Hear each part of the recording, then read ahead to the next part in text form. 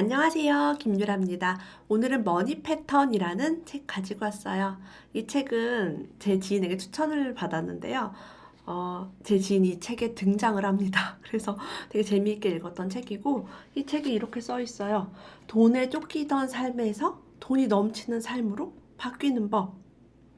돈을 벌고 쓰는 습관, 머니 패턴을 변화시킨 아주 특별한 심리 수업. 이 책을 쓰신 분이 심리학 박사님이세요. 그래서 돈에 대한 심리, 돈을 끌어당기는 부자들의 심리 시스템을 알아보는 방법, 그리고 우리가 어떤 머니 패턴을 가지고 있는지 그 진단할 수 있는 테스트지가 굉장히 많고요. 뭐 마인드부터 실천 매뉴얼까지. 그래서 당신은 부자의 머니 패턴을 가지고 있습니까? 가난한 사람의 머니 패턴을 가지고 있습니까? 이거를 이 책을 통해 쉽게 알아볼 수가 있어요. 오늘 한번 이 책을 읽어보겠습니다. 자, 목차를 보면 이런 내용이 있어요. 내 주머니에서 돈이 줄줄 새는 이유. 지나간 일은 잊고 부자의 말에 귀 기울여라. 닮고 싶은 부자 롤모델을 찾아라. 운이 좋은 사람과 나쁜 사람의 특징. 그리고 자신의 머니 패턴을 5가지로 분류를 했습니다. 질러형, 억울함의 머니 패턴. 지르고 이제 억울해라고 하는 분들. 뭐 질렀는데 이렇게 잘못된 것들. 팔랑귀, 외로움의 머니 패턴이고요. 완벽형은 두려움의 머니 패턴. 피해자형은 열등감의 머니 패턴. 쟁취형은 경쟁심의 머니 패턴이라고 분류가 되어 있고, 이걸 진단해서 나는 어떤 성향인지를 알아볼 수 있어요. 그리고 나쁜 머니 패턴은 대물림된다. 당신의 수입 경로를 되돌아보라. 당신의 수입원은 몇 개입니까? 뭐 이런 부분. 돈은 생각에서 나온다. 많은 이야기가 있고요. 이 중에 좋았던 거는 부모와의 관계를 회복하면 돈과의 관계도 바뀐다라는 부분이 되게 인상적이었어요. 이 저자분이 돈에 대해서 나쁜 어떤 그런 패턴을 가지고 있었고, 그래서 그동안 가난하게 살았다가 이 생각을 바꾸면서 점점 부자로 되고 있는 그런 이야기. 그래서 어떤 이론가에 이렇게 해야 한다, 이렇게 하면 좋다가 아니라 스스로 깨달은 이야기가 많아서 정말 재밌었던 그런 책입니다. 굉장히 인상적이었던 거는 심리학 박사님답게 여러 가지 진단의 어떤 시스템? 그런 것도 많이 들어있어요. 저는 이 페이지가 굉장히 인상적이었는데 한번 보여드릴게요. 여기 보이세요? 이렇게 머니 패턴을 진단하는 페이지가 있어요. 그래서 여기에서 저는 이렇게 뭐 yes, no를 이렇게 내려오면서 쭉쭉쭉쭉 갈라지는 거예요. 나의 감정. 저는 어떤 패턴이었냐면 출발이 이기고 싶다예요. 저는 돈을 봤을 때 이기고 싶다. 여기는 5가지가 있어요. 억울하다, 외롭다, 열등감을 느낀다, 완벽하고 싶다, 이기고 싶다.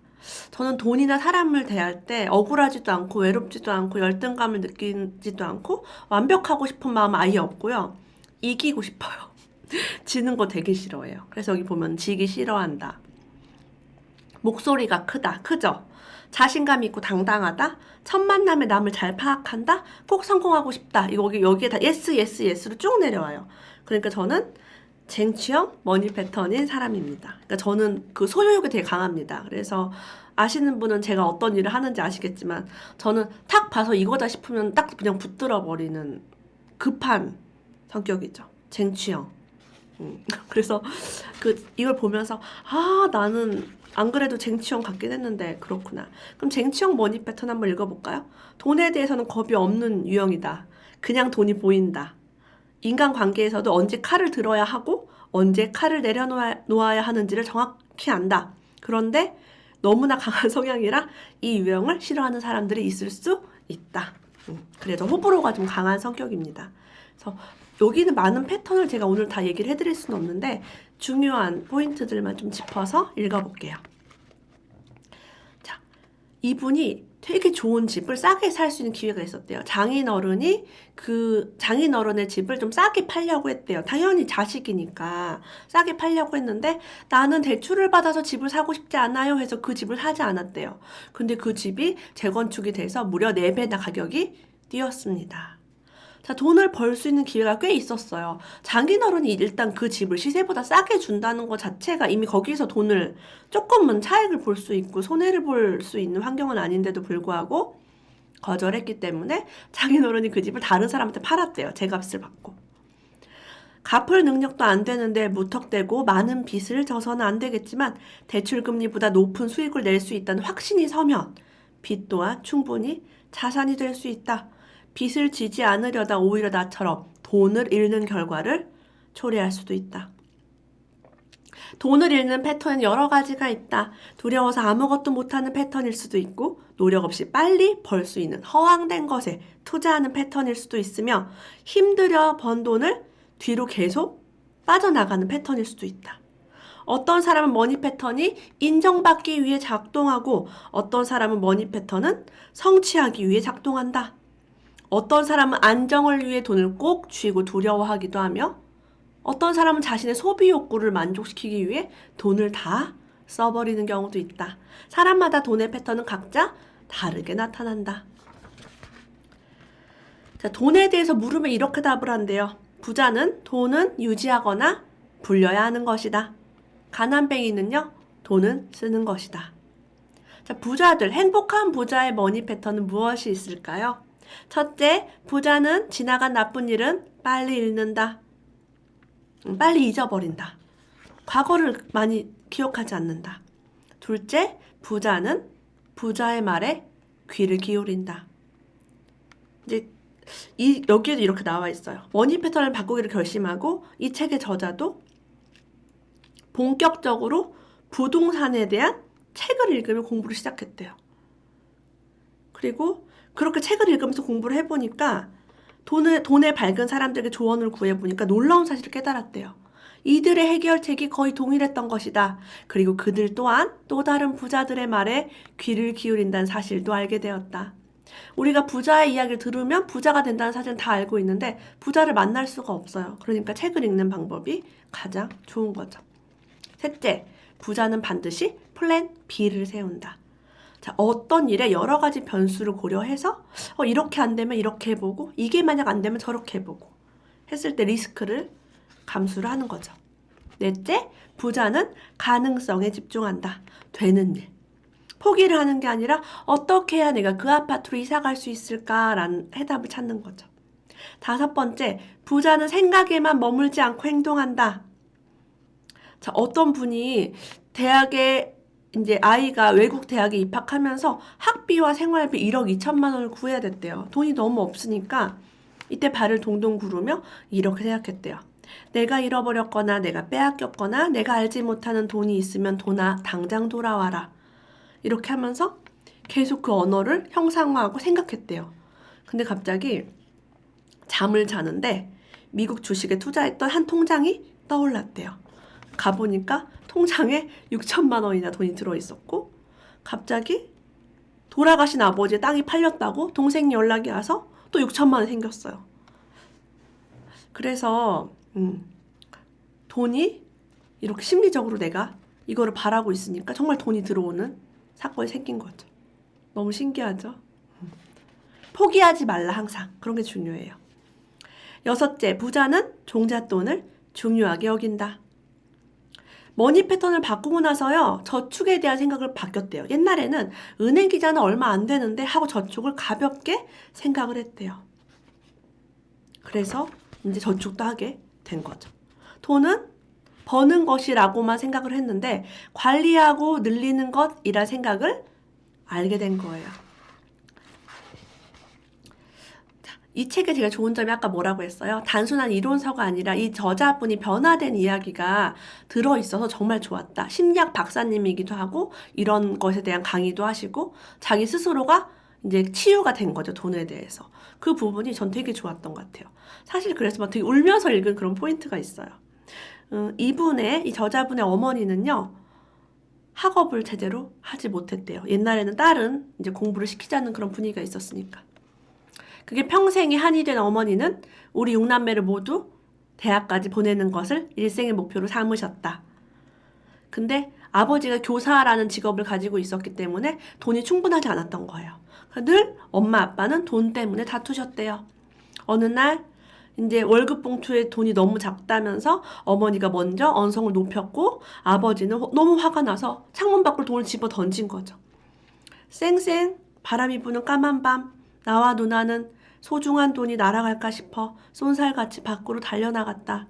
그러고는 아무 말 없이 흩어진 돈들을 주워 집으로 들어왔다. 8살 꼬마였던 나는 추워서 빨개진 손을 주무르며 이런 생각을 했다. 돈이 없으면 무시받는구나. 돈 때문에 사람들이 싸우는구나. 그래서 이제 이분은 평생 살면서도 이 돈에 대한 무의식이 바뀌지 않았대요.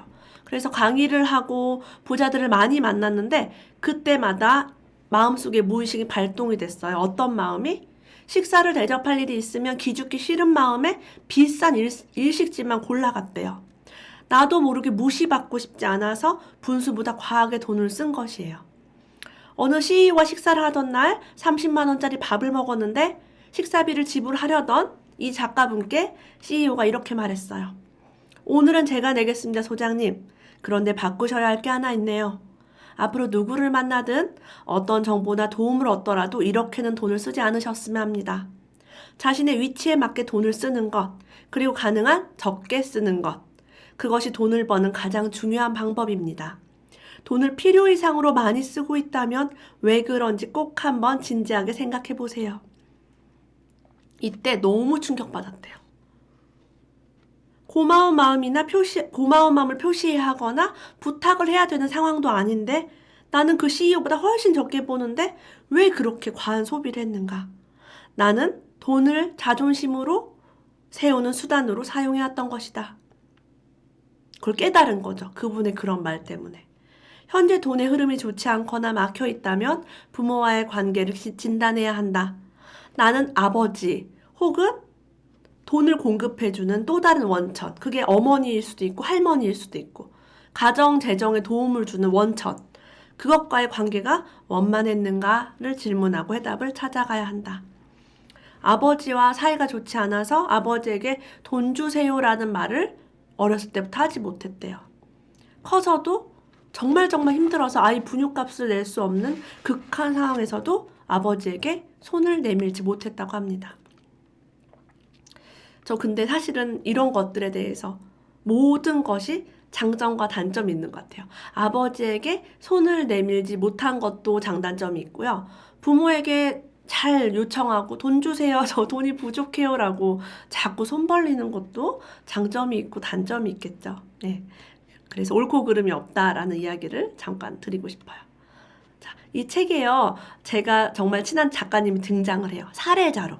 돈에 대한 부정적인 생각을 가지고 있던 머니 패턴 세미나를 진행했는데 그때 왔던 사람.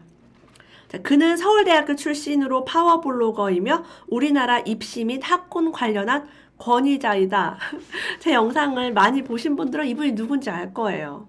누군지 저는 말씀을 드리지 않겠습니다. 저와 라이브 방송을 진행했고 영상이 남아있는 그분. 서울대 파워블로그 학권 권위자는 이제 그분밖에 없어요. 그분은 이렇게 말했대요. 돈은 지식의 세계보다 열등하다고 생각해요. 돈이 있으면 사람은 나쁜 길로 빠질 수 있잖아요. 돈을 노동의 대가 없이 벌면 나쁜 겁니다. 자, 돈에게 나쁘다 좋다라는 어떤 선과 악을 갖다 붙이고 있어요. 그래서 이 세미나에서 이 작가분이 이제 이 책을 쓰신 분이 제 지인에게 이렇게 했대요. 자, 각자 돈을 조금씩 걷어서 저분에게 줍시다. 특별한 대가 없이도 돈이 들어올 수 있다는 것을 여기서 직접 경험하게 해주는 거지요. 그랬더니 그분이 아무것도 한 것 없이 어떻게 돈을 받아요? 너무 부담스러워요. 이렇게 말했대요. 그래서 그 돈을 어쨌든 줬대요. 20만 원 모아서 주고 20만 원 모아서 이제 주고요. 자신을 위해 꼭 써야 해요. 먹고 싶은 걸 먹거나 옷을 사거나 다른 사람이 아닌 자신을 위해서요. 라고 썼대요. 근데 우리 많은 사람들이 꽁돈이 들어오면 바로 나가야 한다라는 머니 패턴이 있어요. 이거는 흔한 세상 속설 중에 하나예요. 꽁돈이 들어왔는데 다 저축해도 상관이 없어요. 이게 바로 꽁돈은 바로 나가야 한다라는 이 신념이 충동적인 소비를 만든다라고 합니다. 그래서 이렇게 성공하고 이런 분들도 머니 패턴이 안 좋을 수 있다는 거죠. 여기에는 부구열 테스트라고 해서 나는 좀 부자가 될 수 있는 사람인가? 학구열처럼 부구열 테스트가 이렇게 있어요. 심리학 박사님답게 이렇게 테스트지가 있는데 저는 거의 대부분이 매우 그렇다라고 나왔습니다. 뭐 투자로 돈을 벌어본 경험이 있는가? 좋아하는 일을 통해 돈을 버는가? 자기 자신에 대한 확실한 정체성이 있는가? 돈을 벌기가 아주 쉽다고 생각하는가? 돈에 대한 기분 좋은 상상을 하는가? 뭐 이런 것들 되게 많죠. 당신은 운이 좋다고 생각하는가? 이런 부분도 있어요. 돈에 관한 책을 읽고 있는가? 그래서 현실적인 부분도 섞여 있지만 대부분이 마음가짐, 자신감, 생각 이런 것에 대한 체크리스트가 많습니다. 생각만으로도 부자가 충분히 될 수 있다는 걸 다시 한번 깨달았어요. 어떤 청년은 학교 다닐 때 꼴찌에서 2등 정도 했대요. 공부 되게 못하고 엉망이었는데 사업에 크게 성공했고 엄청난 부자가 됐어요. 27살의 청년인데 행복한 부자로 살고 있대요. 27살이면 다른 분들은 보통 취업도 거의 못하는 그런 나이일 수도 있어요. 남자 나이 27이면. 그런데 여러 사업을 하던 그 청년은요, 매월 3천만 원이 통장에 들어온 시스템을 만들었대요. 이렇게 물어봤대요. 학교 다닐 때 꼴등이라고 들었는데 학교에선 기가 안 죽었어? 라고 질문했대요. 자신감이 좀 떨어질 수 있잖아요. 자존감이 낮아지거나. 근데 부모님이 한 번도 뭐라고 하신 적이 없대요. 부모님은 사업을 크게 하셨는데 단 한 번도 성적 때문에 저를 야단치지 않으셨어요. 오히려 할 수 있는 게 뭐라도 있을 거라면서 지지해 주셨어요. 그날 이 청년 때문에 나는 엄청난 깨달음을 얻었다. 자신감, 자존감, 이것은 성적과 아무 상관이 없다는 점과 청년의 성공 비결은 사실상 부모가 물려주었다는 것이다. 이 청년은 고3 때 부모 사업이 부도가 나면서 쫄딱 망했대요. 그래서 졸업 후에 친구들과 공사장 막노동 하고요. 뭐 이렇게. 그 다음에 먹고 살아야 됐기 때문에 공인중개사 자격증을 따고 그런 거죠. 그래서 여기 보면은 되게 영감이 많이 되는 이야기들이 많아요. 자, 만약 당신에게 40억짜리 복권이 당첨된다면 무엇을 할 것인가? 자, 여기에 답을 쓸 때 많은 사람들은 소비에 중점을 둡니다. 부자는요, 소비에 중점을 두지 않아요. 저라면 40억으로 뭘 할 거냐면 현금 흐름을 만들 거예요. 40억짜리 상가나 빌딩을 사서 월세가 뭐 2천에서 3천만 원 정도 나오는 그런 시스템을 만들어서 월세가 나오는 2천만 원, 3천만 원으로 뭐 원하는 집에 가서 원하는 집을 이제 월세로 살 수 있겠죠. 예를 들면 뭐 한강 조망권 아파트 이런 것도 월세가 그렇게 비싸지 않거든요. 그거를 사는 것보다는 저는 40억짜리 월세 수익형 빌딩을 사서 거기 나오는 수입으로 소비도 하고 생활도 하고 여행도 하고 정말 다 할 수 있거든요. 근데 가난한 사람들은 40억을 가지고 씁니다. 40억으로 여행을 가고 40억으로 차를 뽑고 40억으로 집을 사죠. 저는 반대로 40억의 현금 흐름으로 어떤 집에 정말 좋은 집에 월세로 들어가고 차도 리스로 그냥 한 달에 조금만 지출하면 살 수 있어요. 그럼 내 자산이 줄어들어요, 안 줄어들어요? 전혀 줄어들지 않아요. 오히려 늘어날 수도 있어요. 가치가 올라갈 수도 있어요. 자, 이분은요, 친구가 있었는데 그 친구보다 몇 년 전만 해도 이 작가분이 수입이 많았대요. 하지만 지금은 재산 규모가 완전히 역전됐다. 그 친구는 가지고 있던 돈 3억 원에 대출을 조금 더 받아서 수원에 있는 광교에다가 4층짜리 건물을 지었대요. 그래서 1층 상가는 월세를 받았고 2층, 3층도 원룸으로 세를 받고 이제 4층에는 친구네 가족이 살았대요. 그렇게 임대해 놓은 그 돈으로 대출을 막 갚았고 돈을 막 모아서 투자도 해서 많은 재산을 모았어요. 친구는 매달 나오는 임대료를 가지고 아이 2명을 유학 보냈다. 종잣돈으로 아이 1명을 겨우 유학 보낸 나는 점차 보유한 돈이 줄어들었고 친구의 자산은 점점 늘어났다. 돌이켜보면 친구는 재산을 늘려서 아이들 유학을 보내야지라는 목표가 있었다. 그래서 어떻게 재산을 불릴 수 있을까에 초점을 맞춰 살았고 나는 있는 돈으로 학비를 내면 된다고 여겼기에 이 같은 결과에 이르렀다. 그래요, 여러분. 그래서 여기 기부 얘기도 나와요. 기부를 내가 가진 돈으로 기부를 하면요. 기부를 오래 하지 못합니다. 하지만 현금 흐름을 만든 다음에 나오는 그 흐름으로 기부를 하면 평생 기부를 할 수 있어요. 그래서 우리가 부자가 되어야 되는 이유는 아이 교육도 더 편하게 시킬 수가 있고 더 좋은 일을 많이 할 수 있는 거죠. 데이비드 호킨스의 의식 지도라는 거예요. 인간이 가진 의식과 이 부정적 긍정적 에너지가 어떤 결과를 가져오는지 이거 한번 살짝 보여드릴까요? 데이비드 호킨스의 의식 지도.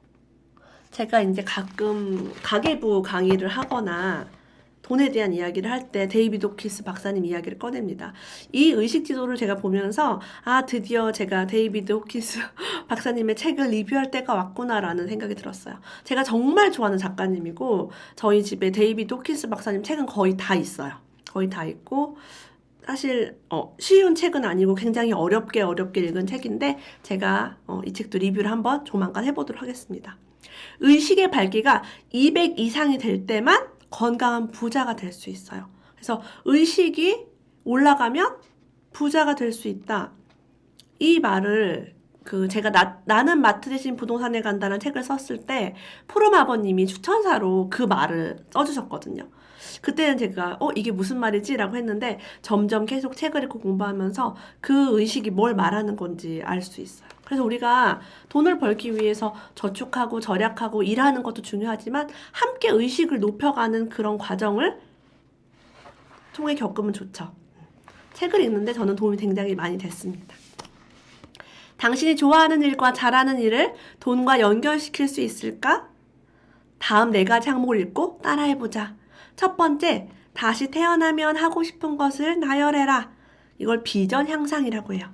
두 번째, 그 중에서 좋아하는 것을 찾아라. 이거를 에너지 향상이라고 표현했어요. 세 번째, 그 중에서 잘하는 것을 찾아라. 이것을 능력 향상이라고 했습니다. 네 번째, 이런 것들을 어떻게 돈과 연결할지 계획을 세워라. 실천력 향상이라고 표현을 했습니다. 돈을 벌고 싶다면 다른 사람이 먼저 돈을 벌 수 있게 도와야 한다. 그래야 더 큰 돈을 벌 수 있는 기회와 시장이 열린다. 마윈, 알리바바 그룹 창업자가 한 말이에요. 그래서 사장이 직원보다 부자가 될 수 있겠죠. 왜? 사장은 직원에게 월급을 주니까. 직원이 돈을 벌 수 있게 돕고 있어요. 그래서 우리가 1인 기업가가 되는 것도 굉장히 좋은 역할을 하는 거죠. 부모가 물려주는 최악의 가난뱅이 습관들. 사실 우리의 머니 패턴은 부모로부터 올 확률이 매우 높아요. 결국은 내 잘못이 아니죠. 하지만 우리는 이 패턴을 바꿔가는 거죠. 뭘 위해서? 날 위해서도 되지만 자식이 있는 분들은 우리 아이에게 이걸 물려주지 않기 위해서. 이 부분 한번 볼게요. 가장 안 좋은 가난뱅이 습관 3가지를 보겠대요. 첫째, 분수에 맞지 않게 과소비한다. 부모가 절약과 저축을 하지 않으면 당연히 아이도 절약과 저축을 배우지 못한다. 사실 부모가 너무 가난하고 궁상맞게 살면 아이가 그걸 또 혐오할 수 있어요. 난 절대 저렇게 궁상맞게 살지 않을 거야 라고 하고 펑펑 쓸 수 있어요. 완전 반대로 극으로 갈 수도 있습니다. 자, 요즘은요 맞벌이가 되게 많아요. 그래서 부모는 미안한 마음에 아이에게 장난감이나 돈으로 보상하는 경우가 많다고 합니다. 하지만 이러한 행동은 아이에게 내가 원하는 건 뭐든지 살 수 있어 라는 무분별한 소비 습관을 가르치는 셈이 될 수 있어요. 저희 아이도 마찬가지예요. 어느 날 제가 뭘 사달라고 하길래 엄마 돈 안 가지고 왔어 라고 얘기하니까 이렇게 말했어요. 엄마 카드 쓰면 되잖아. 카드 안에 돈이 무한정 있는 줄 아니? 라고 물으니까 은행에 돈 있잖아 이런 식으로. 어린아이는 몰라요. 그래서 저 같은 경우는 아빠 월급은 얼마고 관리비를 얼마 내고 있고 보험료를 얼마 내고 있고 이 돈으로 너희들 미래를 위해 저축을 하고 있어라고 충분히 설명을 합니다. 둘째, 돈과 관련한 부정적인 말버릇이 있다. 특히 돈 없어 라는 말은 금물이에요. 하면 안 돼요. 우리 집안은 원래 흑수저라 돈이 별로 없지. 월급으로 카드값 내고 나면 저축할 돈이 없어. 이런 말들. 셋째, 나쁜 생활 습관에 익숙하다. 우리 부모가 나쁜 생활 습관을 계속 하기 때문에 남편이 집에 와서 아빠가 집에 와서 맨날 TV만 보고 아니면 밥을 먹는데 식탁에서 신문을 계속 보는 습관. 대화도 잘 하지 않고 아니면 경제활동을 제대로 하지 못하는 부모 밑에서 자라서 이제 그런 것들. 그럼 우리가 뭐 돈을 버는 것에 대한 두려움, 돈을 뭐 경멸하는 습관이 있을 수도 있고요. 아까 말한 것처럼 이 저자의 부모는 막 싸웠죠, 돈 때문에. 그럼 돈에 대한 나쁜 습관이 생길 수 있어요. 그래서 이런 트라우마를 이제 여러 유형별로 이제 치료하는 방법. 부모와의 관계를 개선해라. 특히 아버지, 돈을 벌어오는 사람과의 관계를 개선함으로써 돈과도 친밀해질 수 있다라고 얘기합니다. 많은 이야기가 있는데 시간이 좀 많이 걸릴 것 같아서 여기까지만 한번 해볼게요. 자, 끝으로는 이런 이야기가 있어요. 중고등학생을 상담하다 보면 가끔 이렇게 말하는 아이가 있대요. 제가 아무리 벌어도 서울에 있는 집 사기는 힘들 거예요. 라고 말하는 아이가 있고요. 저는 돈 벌어서 꼭 포르쉐를 살 거고 엄마와 아빠에게도 한 대씩 사드릴게요. 라고 말하는 아이가 있다. 스스로 자기 삶을 제한하는 사람은 도전하는 인생을 살기 어렵다.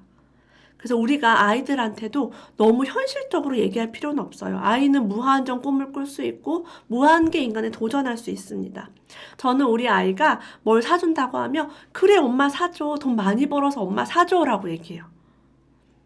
근데 어떤 엄마는요. 야 너나 잘 살아. 엄마는 필요 없어 라고 얘기해요. 저 같은 경우는 아이랑 스타필드를 갔다가 전기차 테슬라를 본 적이 있어요. 근데 1억 2천짜리 차를 봤는데 아이가 이 차를 보더니 엄마 돈 벌어서 내가 엄마 이 차 사줄게 라고 얘기했어요. 그래서 엄마 너무 좋아. 돈 많이 벌어서 엄마 꼭 사줘 라고 얘기했어요. 그러니까 아이가 이렇게 얘기했어요. 엄마 지금은 1억 2천이지만 내가 나중에 크면 한 2억 정도 되겠네? 라고 얘기했습니다. 이 아이 8살 때. 우리 첫째 아이 8살 때 아이가 이런 말을 했어요. 제가 물가가 상승하는 이유나 인플레이션에 대해서 늘 설명을 했거든요. 너무 놀라웠죠. 그래서 맞아 물가가 계속 오르니까 돈의 가치가 떨어지니까 네가 자랄 때쯤이면 그래 2억 정도 하겠다라고 얘기했어요. 근데 아이가 또 이렇게 얘기합니다. 엄마 나는 이 차 돈을 많이 벌어서 이 차를 할머니도 사주고 할아버지도 사주고 외할머니 외할아버지 고모 고모부 외숙모 외삼촌 엄마, 아빠 다 사주고 싶다는 거야, 친척들을. 그래서 이렇게 말했어요. 너무 좋은 생각이다. 정말 좋아하겠다. 네가 많이 벌어서 친척들에게 2억짜리 차를 한 대씩 사줄 수 있으면 정말 좋겠다. 정말 고마워. 정말 놀랍고 엄마 정말 기대해 라고 얘기했어요. 근데 이 아이는 이제 프리미어리그로 진출해서 축구선수가 꿈이니까 충분히 자기가 할 수 있다고 생각하는 거예요. 연봉이 뭐 100억 막 그렇게 벌 수 있으니까. 그래서 우리도요 아이의 삶을 제한하지 마세요. 너는 연봉 한 3천만 받으면 다행이겠다. 이렇게 하면 아이가 자기한테 한계를 지어버려요. 엄마가 하는 말이 얼마나 중요한지 이 책을 읽으면 다시 한번 깨달아요. 당신이 무언가를 꿈꾼다면 그것을 믿어야 하고 그것을 믿는다면 당신은 그것을 얻을 것이다. 여러분 머니 패턴이란 이 책을 통해서 여러분의 머니 패턴을 바꾸고 여러분의 믿음을 더 강화하고 우리도 부자로 살고 아이도 부자로 사는 그런 삶을 꿈꿨으면 좋겠습니다. 오늘도 끝까지 함께 해주셔서 감사합니다. 다음에 또 만나요.